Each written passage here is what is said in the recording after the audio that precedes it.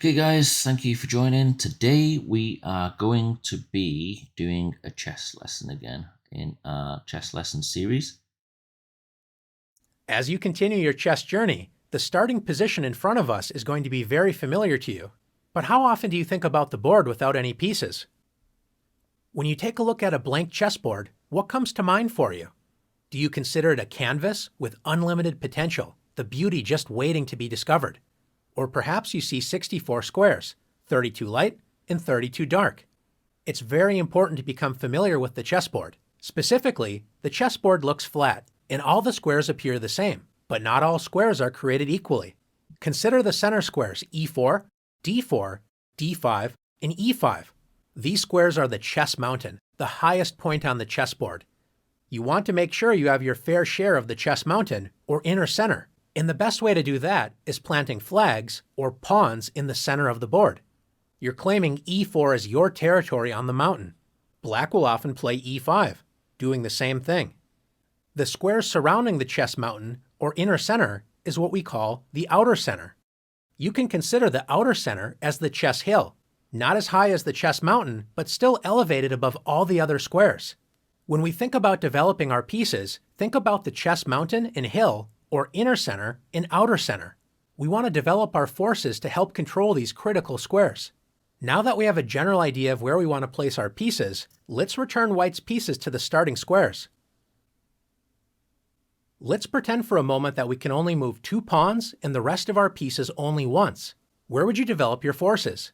Thinking about the chess mountain, or inner center, we don't have to hesitate to play e4 and d4. Knights love to jump into the outer center and help control the key central squares with knight f3 and knight c3.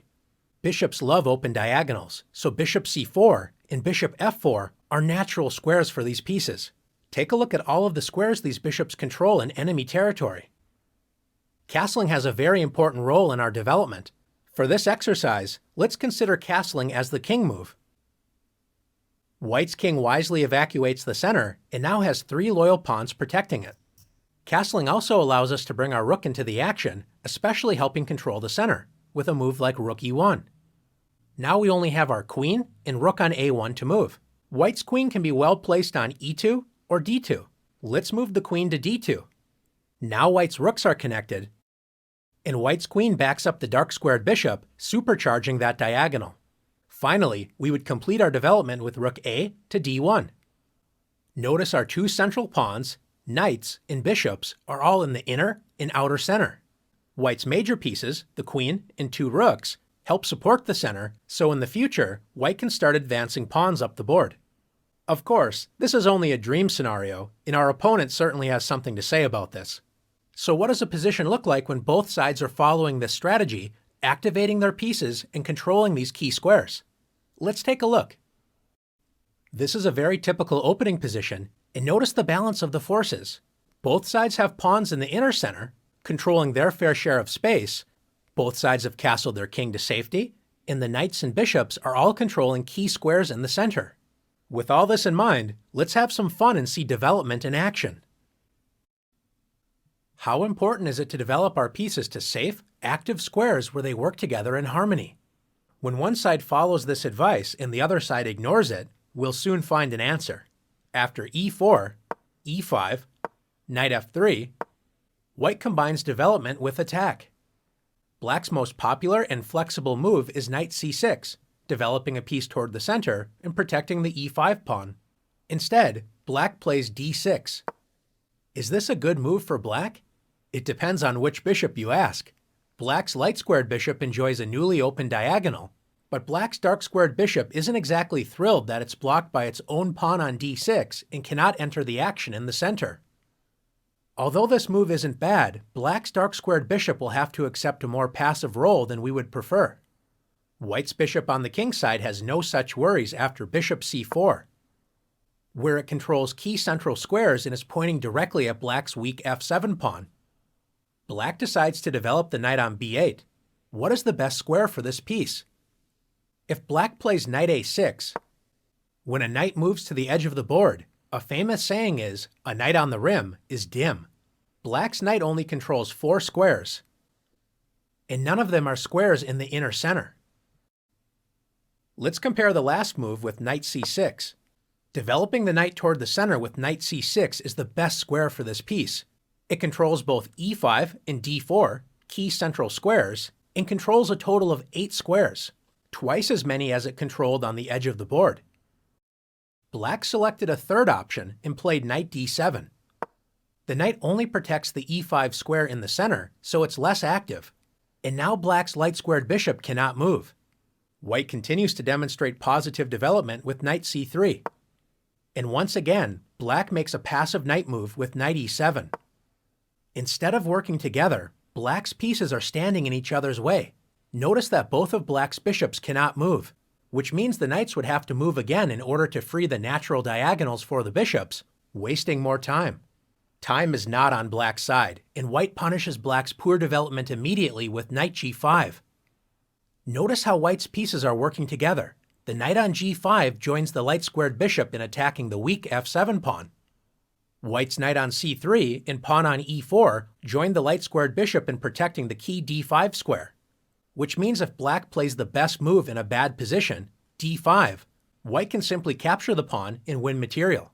Instead of blocking this dangerous diagonal with d5, Black decides to play f6, turning the position from bad to completely losing. What would you play as White? You may notice that the queen on d8 is trapped, so you could actually win this piece with knight e6 or knight f7. But is there an even stronger move to play? Bishop f7. If you found bishop f7, checkmate. Great job. The king cannot capture the bishop as it's protected by the knight on g5. Black's pieces smother its own king, so it's game over. Now that you've learned the importance of developing your pieces rapidly toward key central squares and using your pieces to work together as a team, you're ready to show off your skills in the challenges. Okay, so let's do the challenges, guys. White decides to move the knight onto g1. What's the best square for this piece? So based off of what we were saying earlier, knight on the rim is dim. This blocks the bishops, so it has to be here, right? So knight to f3. Oops.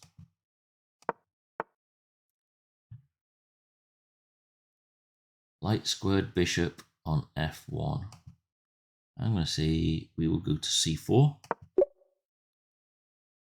Next. So this time around on the lessons, I've actually removed my face camera just so that we can actually read what's going on. It was blocking out in the last lesson. So White is threatening to capture our pawn on e5. How can we develop a piece towards the center and protect his pawn? So we're going to go knight to c6. Nice move. Let's continue to develop our pieces where our dark squared bishop will be best developed. That is obviously going to be c5. And Black has developed both knights, passive squares which block Black's bishop and queen from entering the game. Let's use our superior development and threaten checkmate on f7. So that's going to be knight to g5 to threaten this piece or this square, and then we slide bishop f7 checkmate. That is such a powerful move, and so many people at my level will allow you to do that.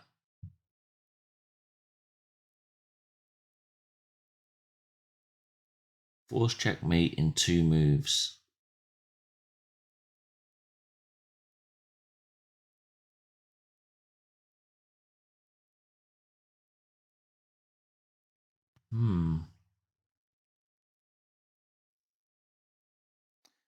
I might screw the pooch on this one, guys. I'm just going to put the check in.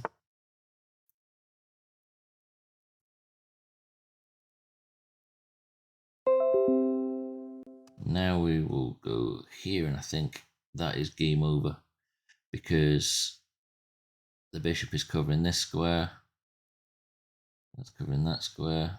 It's covering that square. Yep. So we'll go knight to d5. Okay, white is dreaming of capturing your f7 pawn. Delivering checkmate. But the best move is a strong pawn move which attacks white's light squared bishop.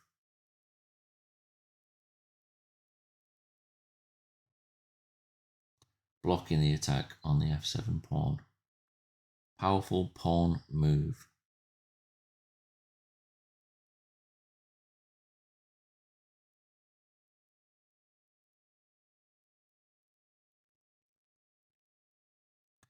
It attacks the light squared bishop.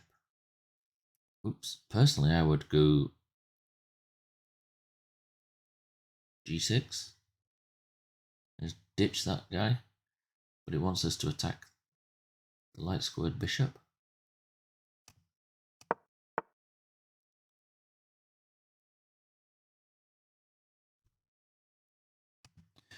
And then we'll go f6.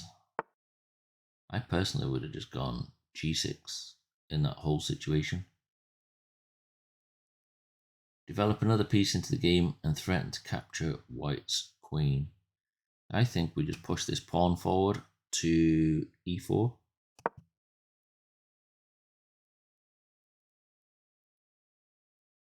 Develop our light squared bishop and attack white's queen. Okay, so here, because it's defended by that. So that was a good lesson. I hope you guys are actually getting the benefits of these lessons, and I hope they add some value to the channel. Please let me know in the comments if you're finding these useful, and if you are, maybe I could include an extra one in the week and do 2 a week instead of 1 a week. It may be that some of you guys are already pretty good chess players and you don't need or want the lessons, and that's fine. You could just skip those, but there's going to be some people that come to the channel that will make use of them. So I think I will continue to add some value to the channel in terms of people coming looking for help, because I can't teach you because I'm terrible. So hopefully these lessons can help. So thank you very much for watching the video, guys. Take care, and I'll catch you in the next one.